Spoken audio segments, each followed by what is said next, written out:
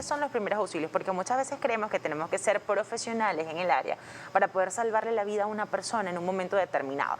¿Qué es un primer auxilio? Los primeros auxilios podemos definirlo como la respuesta más básica e inicial a cualquier tipo de evento adverso sobre la salud de alguien. Esto puede ser, como le dije, desde, no sé, una crisis hipertensiva hasta una herida, un esguince jugando fútbol. Perfecto. Por eso es algo que se tiene que adaptar y que tiene que ser muy sencillo para que pueda aplicarlo a todo el mundo, desde el médico hasta la ama de casa, hasta la persona que va en un autobús, la persona que se monta en el transporte público, que va en el metro. ¿Cuáles son las cosas esenciales que se deben tener en los primeros auxilios y sobre todo desde nuestro hogar? ¿Qué es lo que debe tener? Porque aquí vemos, y ustedes los invito a que visualicen con nosotros un morral, un bolso de primeros auxilios, pero quizás no tenemos en nuestra casa este botiquín. Sin embargo, ¿cuáles son esos recursos primordiales que deberíamos tener? Okay. Hay que tener en cuenta que justamente no todo el mundo en casa tiene un bolso como este. Y los elementos de primer auxilio tienen que ser sencillos, porque la característica es que puedan ser aplicados por cualquiera. Entonces, lo primero sería algún tipo de venda, criopacks, los medicamentos si las personas tienen familiares hipertensos, si tienen familiares con algún tipo de enfermedad ya establecida. Okay. Tiene que tener los medicamentos de emergencia para ese tipo de enfermedad. Igual algunos generales recetados por los médicos, evidentemente. También puede incluir, ¿qué te digo yo? Curitas, cosas que sean muy sencillas y que tienen que estar almacenadas en un sitio donde todas las personas que viven en esa casa sepan cómo acceder a él.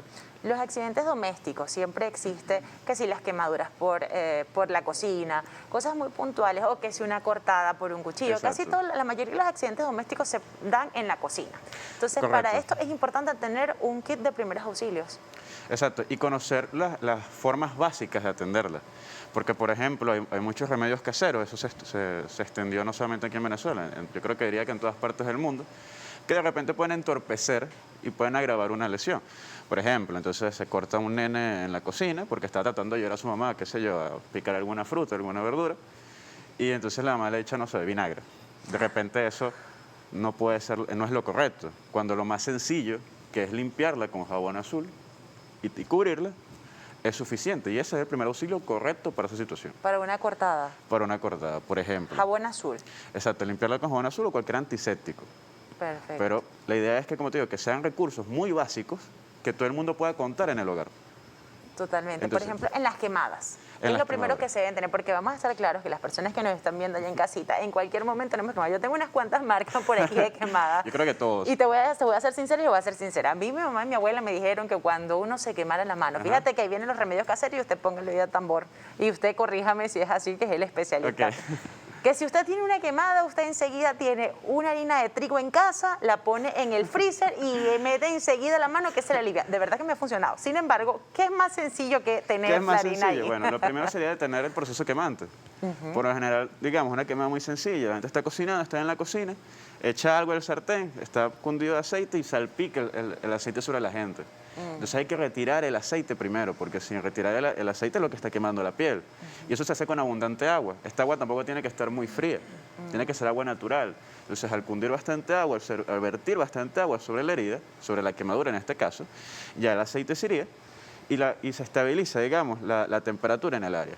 Y después es ver cuál es la extensión. Hay quemaduras que evidentemente ameritan ir al centro asistencial, a un hospital.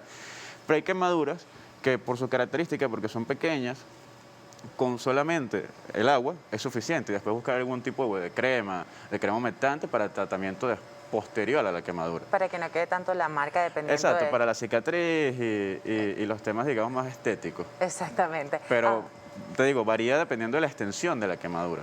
Total. Totalmente. Me gustaría conocer, por ejemplo, tengo la curiosidad, ¿qué tenemos en ese botiquín, por ejemplo, de la Cruz Roja Venezolana? Este es un bolso que nosotros usamos para responder a emergencias. Okay. Este es un bolso donde nosotros salimos a atender personas en la calle o cuando estamos en un tipo de operativo. De repente no es el bolso que pueda tener la gente en su hogar, como habíamos dicho al principio, pero bueno, podemos prolongarlo, si no claro, vamos a revisarlo. Yo sé que vamos a abrirlo la curiosidad mató al gato, pero es importante porque conocer lo que tenemos en casa, conocer cuáles herramientas, qué tienen quizás aquí en Cruz Roja. Claro, para que puedan tener una noción, ¿no? De repente. Entonces, y quizás en la casa tenemos esto y lo tenemos ya ahora mejor organizado para acudir a él directamente en emergencia. Porque fíjate que, por ejemplo, aquí tenemos un primer bolsillo que tiene cosas de respuesta rápida, que son este tipo de vendas, que son vendas triangulares. Ese tipo de vendas se pueden conseguir en cualquier farmacia. No ¿Y eso, necesariamente... y eso no funciona para este tipo Exacto, esto no funciona para cubrir. Ok. Entonces, de repente, si yo tengo una cortada o una quemadura, una vez que yo la haya limpiado con abundante agua, por lo menos a las quemaduras no le han hecho jabón, es abundante agua solamente. Pero las heridas, una vez que las haya limpiado, yo puedo cubrirlas con esto. De repente, por ejemplo, aquí tenemos un termómetro, que también es una emergencia común, algo que puede ocurrir en el hogar. Una fiebre para un pequeño, para el adulto. Aquí tenemos un adhesivo que es para fijar las vendas que usamos. Total. También podemos encontrar, aquí decía, bueno, el termómetro es indispensable tenerlo ahí. Exacto, el termómetro es indispensable tenerlo en casa. Y claro, aquí tenemos otros tipos de vendajes, como que más específicos para los tipos de lesiones, pero en general, las vendas triangulares son muy prácticas para las personas porque son muy sencillas de usar y sirven para muchas cosas. Okay. Por ejemplo, yo puedo tapar una mano y una cabeza con una venda triangular. En cambio, de repente, con un tipo de venda de este estilo... ¿Cuáles son esas? Estas son vendas elásticas. Esas son más como para un esguince, por decirlo. Exacto. Este tipo de vendas de repente sirve para un sitio específico. Y entonces debería tener varias presentaciones, lo que no es práctico. Claro. La idea es ir a lo práctico. Hay que conocer para poder saber a qué nos Exacto. funciona. Y bueno, ¿y cómo conocer? Bueno, nosotros damos un curso de primeros auxilios, Génesis, en la Cruz Roja, donde enseñamos todo este tipo de cosas y vamos formando, porque esa es la idea. La idea es que las personas puedan ser suficientes, ser autosuficientes en sus hogares. Ya sabemos todo el contexto que vivimos y hay que poder responder, ser capaces de responder en su casa, con cosas sencillas. Okay. Que podemos tener en casa. Y para dar una demostración de pronto a nuestra gente que nos está visualizando el día de hoy, resulta que Génesis se cortó la mano, Dios me guarde. Okay. O sea, me corté quizás estaba picando una ensalada, un pollo, y yo como soy un media torpe en ese tipo de cosas, resulta de qué manera yo podría hacerme es la manera adecuada de colocarse una venda. Vamos Exacto, a decir que vamos fue por acá. a suponer, vamos a usar esta, que es un vendaje triangular. Ok. Perfecto. En los deditos, por lo general siempre las cortadas son en los deditos. Dime tú en el rayo o el que con el que uno pela la zanahoria. Ay, papá, ese huele a dedo. Esta, por ejemplo, me la voy a abrir completa para que vean cómo es. Ok. Cuando refieren a venda triangular, se refieren a esto. Ah, son amplias. Exacto, y es un triángulo grandote. Entonces, ¿qué podría hacer yo en ese caso? Podría convertir primero la venda, descansa la mano mientras okay. voy mostrando las claro. cosas. En una corbata. ¿Cómo sería eso? Una corbata, cuando me refiero a corbata, hablo de esto, envolverla así sobre sí misma, de manera que se me sea más práctica, porque si tengo que cubrir la mano, entonces esta venda grandota, oye, es que es como que demasiado. Sí, exacto. Entonces, digamos que te acordaste, no sé, algo... Vamos a decir aquí. Algo muy común es en estos últimos dedos. Exacto. Porque uno sostiene la pieza y va pasando con el cuchillo. En el índice, yo me vuelvo un pedacito de dedo una vez. Supongamos que es el índice. Ok. Entonces, y es una herida, bueno, que es, digamos, escandalosa, es dramática. Entonces yo agarro, te fijo la venda, ya una vez que lo limpié con agua. Vemos ahí cómo va envolviendo. Exacto, fijé en el sitio, entonces tapé la chaguirante, la salida de la sangre. Okay. Y fijé mi venda. Y esta venda tiene algo, básicamente, que te puede ayudar incluso a que... Exacto. Este tipo de vendas, el material está hecho para absorber la mayor cantidad de sangre en el momento, en el menor corto... tiempo. Exactamente, en la menor cantidad de tiempo. O sea, esto puede ser algo muy básico para vendar.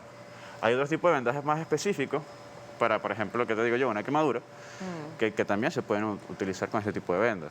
Perfecto. Te lo puedo mostrar, si Son muy gusta. ¿Cómo no? Claro que sí, porque lo que yo digo que hay muchas veces que tenemos la teoría, pero qué importante es ver las cosas para poder, en caso de emergencia, pues saber de qué forma lo vamos a utilizar, y es lo más importante tomar nota, porque ninguno está de lado que pueda estar expuesto a una situación como esta. Recordarles también los puntos de contacto, @CruzRojaB, @EntreNoticiasGB. Hay una venda que es por la gasa. La gasa que siempre utilizábamos, con la que cuando nos caíamos los chiquitos se caen, entonces las mamás le colocan esa gasa. Pero esa gasa tiene una particularidad. Cuando la dejan y el niño ya está cicatrizando, por lo general se pega y se adhiere a la herida de una manera terrible, que hay que después sacársela, que es Esos son doloroso. el tipo de detalles que damos en el curso de primeros auxilios. Porque, por ejemplo, ese tipo de gasa, si no está húmeda, se va a pegar a la piel. Y si estamos hablando de una quemadura de una gran extensión, que se pegue a la piel es contraproducente para la salud de esa persona que sufrió esa quemadura. Entonces, por eso tiene que estar impregnada de agua. Las gasas se utilizan es para cubrir, pero para cubrir una lesión que ya está tapada con otro tipo de apósito. Por eso es que no se pegan no se deben pegar directamente a la piel. Porque pasa eso, que cuando se seca, cuando tú lo quitas, te puedes traer, digamos... La piel, que ya está cicatrizada. Cosa que me pasó cicatrizando. muchas veces, mamá, creo que no fue la mejor opción. Yo creo que todo me pasó alguna vez. También tengo Totalmente. mis cuentos así de nene. Sí, total. Y sobre todo porque ahora los pequeños están en casa y están muy activos dependiendo cuáles son las edades. Entonces corren para allá, corren para acá y de repente se caen también, se raspan en el patio, cosas como esta.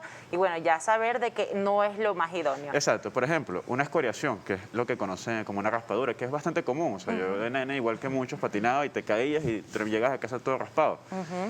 Lo más ideal para eso es limpiarlo. Con agua, con abundante agua, lavarlo con jabón azul para que se quite, ¿no? Cualquier antiséptico que tengan en casa y cubrirlo.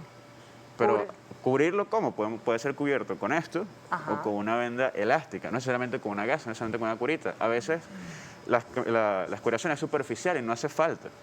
Con mantenerla limpia es suficiente.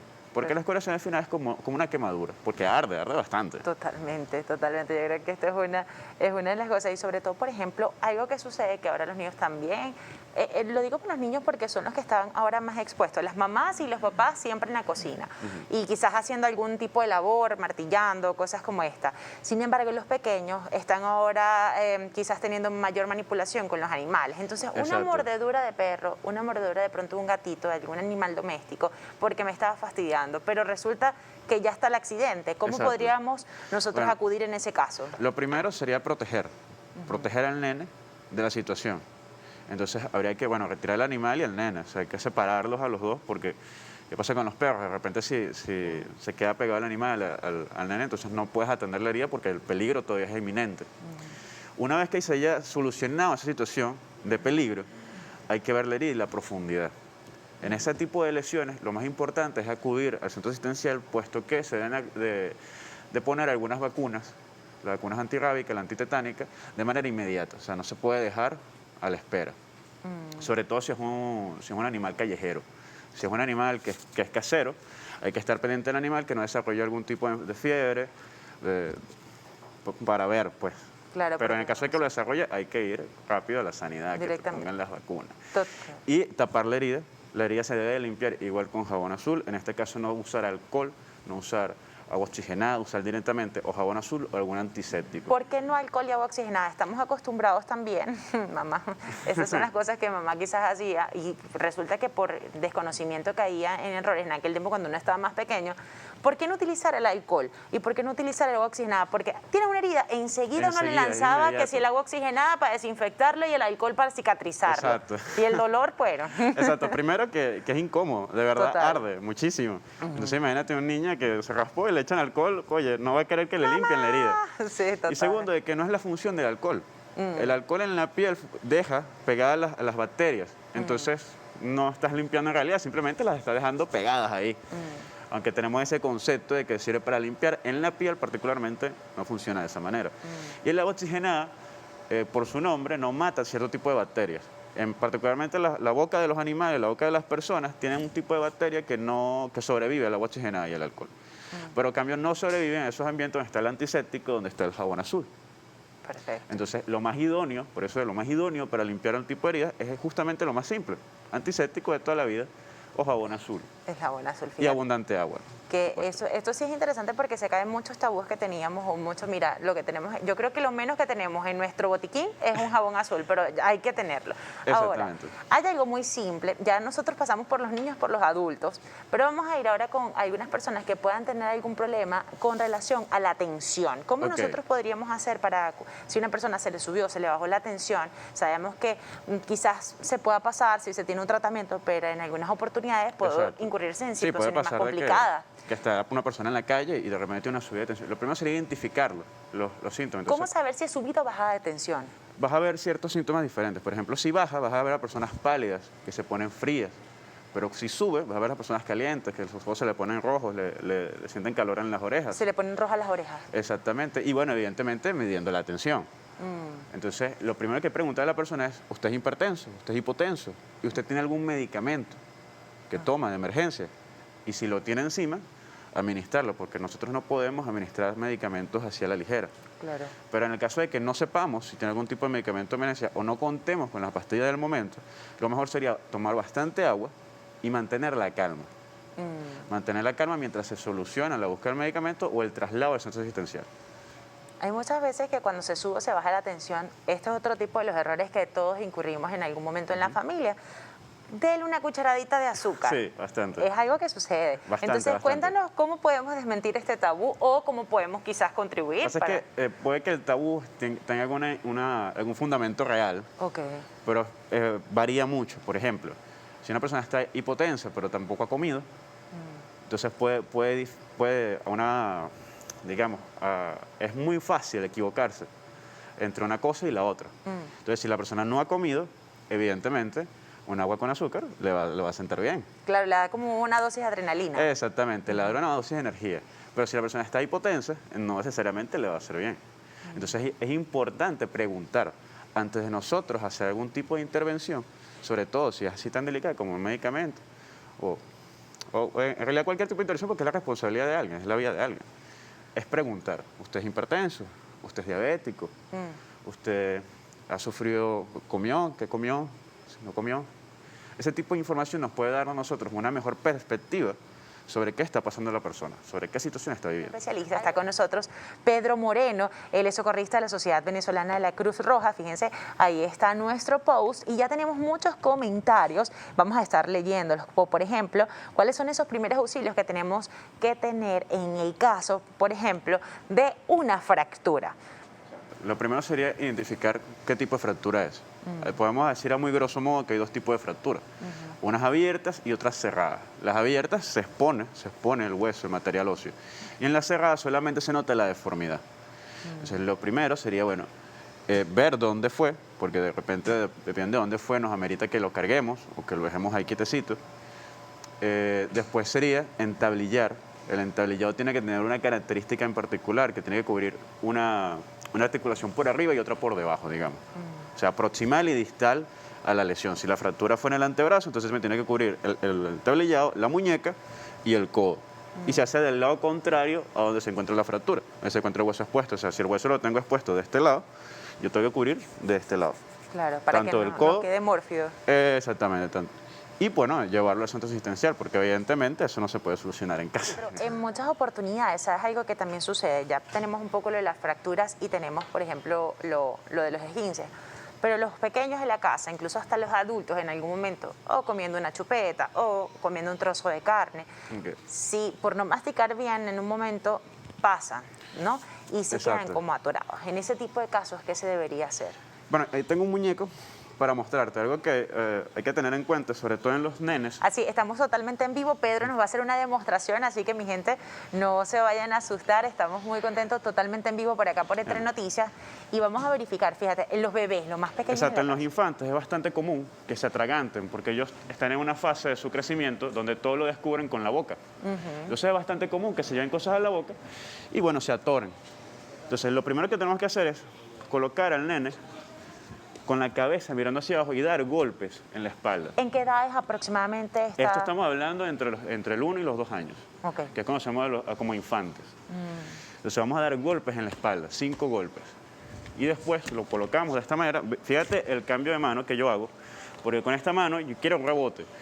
La boca está abierta y la vía aérea, o sea, por donde pasa el aire, donde está el objeto obstruido, está permeable. Entonces de esta manera logra salir el objeto. Después lo paso a mi rodilla, que tiene mi brazo apoyado, y voy a hacer en el medio del tórax 5 compresiones, muy suaves. ¿Con los 2 dedos? Con 2 dedos, con mi índice y mi anular. Voy a hacer 5 compresiones, muy suaves y muy despacio. Como muchas personas conocen el plexo. No digamos el pecho, vamos a decir el tórax, en el medio del tórax, más sencillo perfecto. todavía. Vamos a hacer 5 compresiones muy despacio. Si no se bota, si no vemos que haya botado el elemento que está causando la obstrucción, tenemos que seguir haciendo las compresiones. Pero ya con esto debería haber sido suficiente para que lo que sea que se haya atragantado este nene esté despejado. Entonces ya recordamos una serie de pasos. Lo primero es ver con qué se atragantó, y los 5 golpes en la espalda. Y el segundo paso sería pasarlo y hacer las 5 compresiones en el tórax y ver si eso que nosotros hicimos funciona. Si no funciona, tenemos que ver si está respirando y si tiene pulso nuestro bebé o nuestro infante. Porque si no tiene, entonces amerito hacer otro tipo de maniobra, otro tipo de actitud que vamos a tomar frente a la emergencia. Perfecto. En ese caso, ¿cómo sería? Exacto, en este caso, ya manteniendo la posición y mientras le avisamos a otra persona que realiza el llamado a los servicios de emergencia, vamos a realizar 30 compresiones. O sea, 1, 2, 3, 4, 5, 6, 7, 8, hasta llegar a 30. Después que realicemos las 30 compresiones, con mi boca voy a tapar la boquita y la nariz de él. Y voy a insuflar el aire que yo tengo en los cachetes. O sea, es como nada más el aire que puedo mantener en los cachetes. Ok. Y eso lo voy a hacer mientras me traslado, mientras me dirijo inmediatamente a un centro asistencial. Total. Eso es para un pequeño entre 0 a 2 A los 2 añitos. años. Ok, para un niño promedio ya, bueno, un poco más grandecito, O sea, 3, digamos unos 4 6 años. a los 12 años. Ok, Vamos a poner sí, esa porque por lo ventana. general esa es la edad donde están ellos explorando bien, como dices, y aparte, bueno, no solamente lo que se puedan colocar en la boca, sino muchas veces hasta en la nariz tienden a colocarse cosas en la boca. En algún momento vi una emergencia a una niña que los cositas de cabello se los había puesto en la nariz y estaba desesperada porque no hallaba cómo sacarse, era muy pequeña, era aproximadamente esa edad, 3, 4 años. Exacto, si nosotros hay que tener en cuenta que si nosotros pensamos que podemos retirar el objeto porque lo vemos y es nuestro hijo, lo vamos a hacer. Pero si nosotros no vemos el objeto, no podemos meter las manos porque podemos empeorar la situación. Introducirlo más, ¿no? Introducirlo más. Por eso lo primero que vamos a hacer es tratar de botarlo. Si vemos una persona, digamos un niño de entre 6 y 12 años, lo primero que vamos a hacer es la misma actitud. Pero este nene no lo vamos a tener aquí en la mano. Claro. Entonces vamos a suponer que es este muñeco y le vamos a dar golpes en la espalda. Sí. Con la boca mirando hacia afuera. Golpes en la espalda. Ese, por ejemplo, se atoró con un pedazo de carne en una parrilla. Exacto, este se atoró con un pedacito de carne y lo primero va a estar tosiendo, va a estar buscando de manera natural expulsar lo que sea con que se está obstruyendo. Y yo lo voy a ayudar con golpes en la espalda. Y que la cabeza esté inclinada hacia adelante para que sea más fácil botar el objeto que aunque esté obstruido. Entonces yo realizo mis 5 golpes en la espalda y si veo que sigue obstruido, que sigue costándole trabajo, procedo con la maniobra de Heimlich. ¿Cuál es esa? Pues ya está complicárselo con un muñeco, si puedo tener algún voluntario. Bueno, tendremos un voluntario por acá. Podemos, sí, ya tenemos una voluntaria, así que... Perfecto, porque está complicado con ese Exacto, muñeco, con el muñeco. hacerlo. Venimos, aquí viene nuestra modelo. Bueno, entonces supongamos que ella Ajá, se está ahogando, entonces ella estaría así. ok, Ponte así. ok. Ella está tosiendo horrible. Yo primero realicé los 5 golpes, inclinándose hacia adelante. Entonces una mano mía está en el pecho y la otra está tratando de sacarle lo que sea que lo está obstruyendo. Ajá, Si yo veo que no es suficiente, yo debo quitarle las manos de aquí, pero si la persona se las vuelve a colocar, ajá. si la persona se las vuelve a colocar, yo no voy a ponerme a pelear con ella porque estoy perdiendo tiempo que puede ser útil para solucionar esta situación. Ok, Yo voy a abrirle las piernas y con mi mano, con esta parte de la mano, voy a buscar el ombligo, que ok. vamos a estar por aquí. Y voy a hacer esto. ¿Ven? El ombligo, hago esto. De esa manera, el pulgar, que yo lo tengo así, que está abrazado, que mis puños, que mis dedos están abrazando el pulgar, Ok, va a quedar colocado en la boca del estómago. Ok. Y con mi mano izquierda voy a tomar mi mano, que está colocada encima de la boca del estómago, y voy a hacer fuerza hacia adentro y hacia arriba. De esa manera yo voy a provocar toser, el vómito, para que despeje lo que sea que tenga allá adentro. el pedacito de carne que habíamos conversado. Muchas gracias. Muchas gracias a nuestro modelo. En caso de que, por ejemplo, hay muchas veces que las personas se tienden a ahogar simplemente con un líquido que estén Exacto. ingiriendo. Incluso con saliva, o sea, están hablando Sí. y se ahogan con saliva. Entonces, Hay veces o sea, que eso es un segundo, pero parece un minuto eterno. Entonces, en ese Exacto. tipo de cosas, sí, estamos viendo que está muy complicado y que la persona no puede salir del trance. ¿Qué se debería hacer? En una oportunidad, una enfermera me pasó tomando agua y estaba con una amiga enfermera y ella me alzó los brazos, me los abrió y entonces me dice que eso me permitió expandir los pulmones. Exactamente. ¿Está bien Eso es correcto. De hecho, cuando nosotros tosemos, lo que provocamos es expandir. Si, por ejemplo, es algo muy sencillo como agua, estamos tomando, que se digo yo, refresco, y ahí vamos caminando mientras hablamos y se queda, que es bastante común. Entonces nosotros con abrir los brazos y tratar de toser, vamos a despejar la vía. No hace falta todo este tipo de cosas. si nosotros vemos a alguien que está atravesando esa situación, le podemos abrirlo, levantar los brazos. Si no es suficiente, darle unos pequeños golpes en la espalda. Exacto. Y sería suficiente. En las piscinas, ahora los niños que, bueno, estamos en familia, fuimos a una piscina o de repente en la semana nos fuimos y nos echamos una escapadita para la playa. En este tipo de casos, el niño o la persona adulta se ahogó. Entre 6 y 12 años, habías dicho. Exacto, para establecer una diferencia. Entonces, para decir que lactante es un niño que todavía está tomando leche. Exactamente. Que todavía es amamantado. Y todo lo que no sea lactante es niño, que vamos a hablar, que es más o menos entre los 2 en adelante, entre los 3 años hacia adelante. Exactamente. Hasta los 12, 13 años. Si se ahogó, entonces lo primero es, bueno, retirarlo de la piscina. Cuando lo retiramos de la piscina queremos ver si está tosiendo queremos ayudarlo a toser, queremos levantarle los brazos, queremos provocar que él bote el agua que se ha tragado. Pero si no está tosiendo, tenemos que poder identificarlo. Eso se hace, o sea, si no está respirando, mejor dicho, disculpen, tenemos que poder identificarlo. Y eso se hace a través del voz, que es ver, oír y sentir. Entonces, nosotros tenemos que ver a la persona si respira, si el tórax se expande. Cuando nosotros respiramos, si nos ponemos las manitos aquí, vamos a ver que tomamos aire y el tórax se mueve. Oímos porque podemos oír podemos oírlo. Pero también si nos acercamos, vamos a poder sentirlo. Si es un familiar nos podemos acercar. Si evidentemente es un desconocido en la calle, vamos a tratar de ver y oír. Entonces, si nosotros vemos que no respira, vamos a echar la cabeza hacia atrás. Esto se llama maniobra frente mentón. Entonces tenemos paso 1, ver, oír y sentir. Paso 2, echar la cabeza hacia atrás y ver si la persona está respirando o no, si eso le ayuda. Si una vez hecho eso no respira, tenemos que avisar a los servicios de emergencia.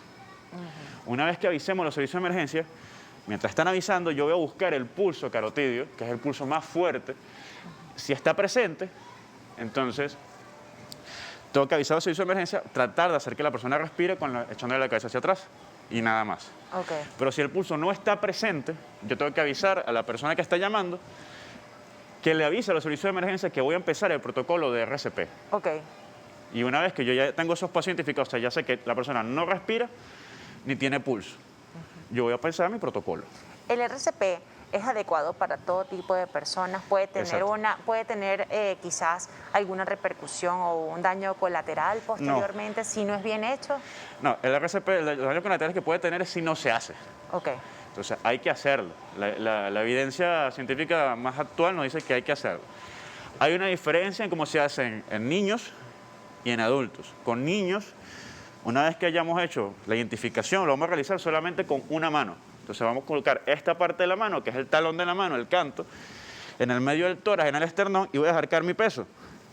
Y lo hago con una sola mano. Si es un adulto, entonces yo quiero usar mis 2 manos, porque el diámetro es mucho mayor. Más amplio. Y para yo poder hacer el masaje cardíaco correctamente necesito ambas manos, que sería de esta manera. O sea, yo coloco mis manos así para poder tener fuerza y control. Y los brazos siempre bien extendidos. ¿Influye de pronto si soy diestro o...? No. No importa. No. Pero los brazos tienen que estar extendidos porque la fuerza no la hago así, no la hago con los brazos, la hago con mi peso. Yo voy a caer mi peso sobre el muñeco. De esta manera, yo puedo ser más efectivo, durar más realizando la maniobra. ¿Cada cuánto se debe realizar las compresiones? Hay una dinámica bastante chévere. Nosotros tenemos más o menos en promedio como 120 latidos por minuto. Entonces deberíamos de realizar y lograr en un ciclo hacer eso, 120 latidos por minuto. Podemos agarrar una canción, puede ser una de Queen, una de los Bee Gees, muy famosas, y usar ese ritmo para poder hacerlo. De repente, mira, escucha. Entonces yo voy a hacerlo. 1, 2, 3, 4, 5, 6, 7, 8. No hay un segundo entre cada una, hay mucho menos, pero es un ritmo que tenemos que llevar, es una rítmica. ¿Y cuándo tenemos que volver a percibir, a ver si la persona ya con eso está respirando? Es importante que nosotros, por ejemplo, yo estoy aquí, realizo 30 compresiones, una vez realizadas 1, 2, 3, 4, 30, maniobra frente al mentón y dar respiración. Si es una persona conocida, si es un familiar. Si es una persona desconocida, podemos agregar en nuestro botiquín de primeros auxilios un vendaje que sirve para método de barrera, que colocamos en la boca de las personas y que nos permite a nosotros pasar el aire sin nosotros enfermarnos, exponernos. Puede funcionar. Si no lo tenemos, las compresiones es suficiente, pero cada 30 compresiones debería venir acompañado de 2 respiraciones. Perfecto, es así. Bueno, Pedro, realmente creo que esto es maravilloso y sobre todo es importante nosotros conocer cuáles son esos primeros auxilios que debemos hacer en cualquiera de estas oportunidades que se nos presente. Igual te invito a que pases por pues este lado. mejor. Estamos Ya me dolían las rodillas. totalmente en vivo, exactamente. Y pues me gustaría también, aquí hay algunas personas que nos habían hecho algunas consultas a través de las redes sociales, @entrenoticiasgb, Mercedes PC2 06. Comento, buenos días. ¿Qué es cierto hay que el agua con vainilla puede estabilizar una baja o subida de tensión como primer auxilio? Yo lo he utilizado, me ha funcionado. La persona se recupera en pocos segundos. ¿Qué me puede decir al respecto? ¿Mito o realidad? Bueno, puede ser realidad en el contexto de ella, Okay. pero no podías dar una recomendación para todo el mundo, puesto que no todos los casos son igual. Totalmente. Si una persona es diabética, eso podría ser contraproducente. Entonces, lo más ideal sería calmar a la persona, preguntarle si toma alguna medicación en particular y buscar esa medicación. De no conseguirla, con calmarla y si vemos que no se recupera, es el traslado inmediato a un centro asistencial. Yulimar Montero. Es esto, calla, Yulimar. Tengo otra pregunta. Esa pregunta es casera, para controlar la tensión con un grano de ajo en ayuna. Estas son preguntas caseras. Exacto. Entonces, eso es bastante común, yo también lo he escuchado. En mi ejercicio muchos pacientes me han preguntado lo mismo. Y bueno, no tiene mucho sustento, hay mucho sustento más del boca a boca sobre ese punto en particular. totalmente. Todo eso son la botica de la abuela. Exacto, o sea, el sustento no hay mucho escrito. No hay un científico que ya dice, bueno, vamos a probar si el ajo funciona. Sí, sí se dice que por ahí hay algunos estudios científicos que dicen que el ajo tiene la capacidad de ayudar a prevenir o quizás a incrementar ciertos Exacto, procesos, pero mejorar tu Como estabilidad. medicamento de emergencia o que Claro. sustituya al lo que ya la persona tiene prescrito, no sería Exacto. recomendable. Es algo como preventivo y quizás para cuidar tu salud. A Exacto. ver, Tecnoyal dice, comentó, buenos días, además del jabón azul, ¿qué otro antiséptico se puede utilizar en caso de heridas? Exacto, está el povidine está muy extendido. Hay 2 tipos de presentaciones, básicamente, sea muy grosso modo, iodados y no iodados. Ya los iodados casi ya no se venden. Que era el mertiolate, por ejemplo. Lo que pasa es que el yodo, hay personas que son alérgicas Sí. a él y entonces genera quemaduras. Entonces, ¿cómo saber si es alérgico uno a yodo? Bueno, pregúntase si es alérgico a los camarones o no. Si es alérgico a los camarones, probablemente sea alérgico a yodo. Sí, Pero igual genera quemaduras y entonces sí. es más fácil encontrar los no iodados. Hay también antisépticos que son combinaciones de antibacterial, antiviricida, que sirven igual para limpiar. Totalmente, Pedro, y fíjate que tienes mucha razón. Quizás hay muchas personas que creen que la sábila es extraordinaria y hay personas que son alérgicas a la sábila. Exactamente. Y más bien le pueden traer una quemadura. A mí particularmente me pasa. Entonces son cosas que hay que ver qué es lo que Exacto.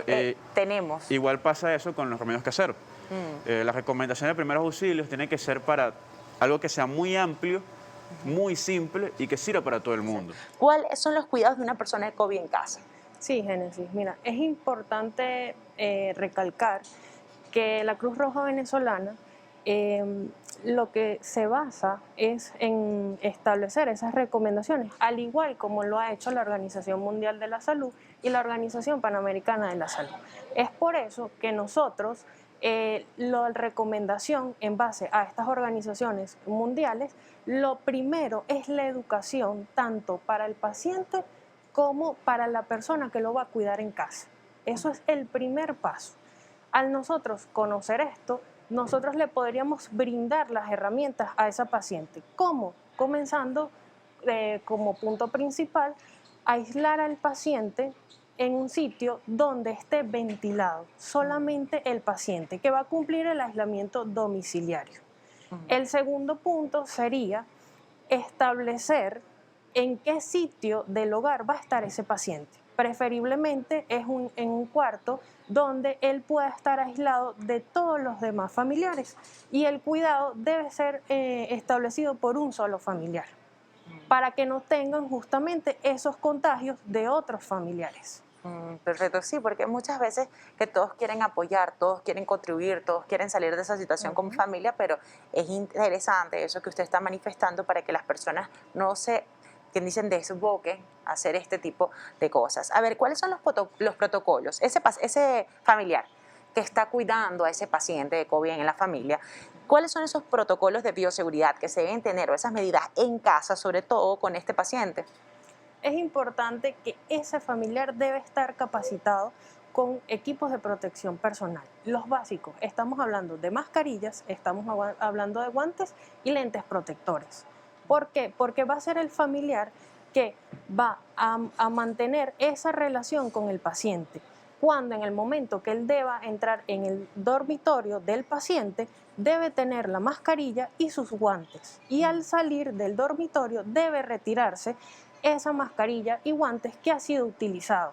Posterior de que retire, sea el utensilio de comida, estamos hablando de tenedores, estamos hablando de vasos, estamos hablando de cucharillas y estamos hablando de tenedor, incluyendo el plato, porque ya estos utensilios no deben ser utilizados por otro familiar, nada más exclusivo de ese paciente que va a estar allí. Al momento de salir del cuarto, cuando se va a hacer el lavado posterior para poder de los utensilios de casa, entonces el lavado en algún sitio tiene que ser también aislado para que no se vea también involucrado todos los otros utensilios que podamos tener que usan el mínimo común de la familia. Sí, en el momento de realizar ese lavado no se debe mezclar con absolutamente ningún utensilio que se utiliza en casa para otros familiares. Totalmente eso aislado. Ok, el cuidado de esa persona en casa. ¿Cuáles son las primeras situaciones? Mira, estamos viendo que se está manifestando esta situación de COVID, es un COVID normal, vamos a decir que hay ningún tipo de complicación,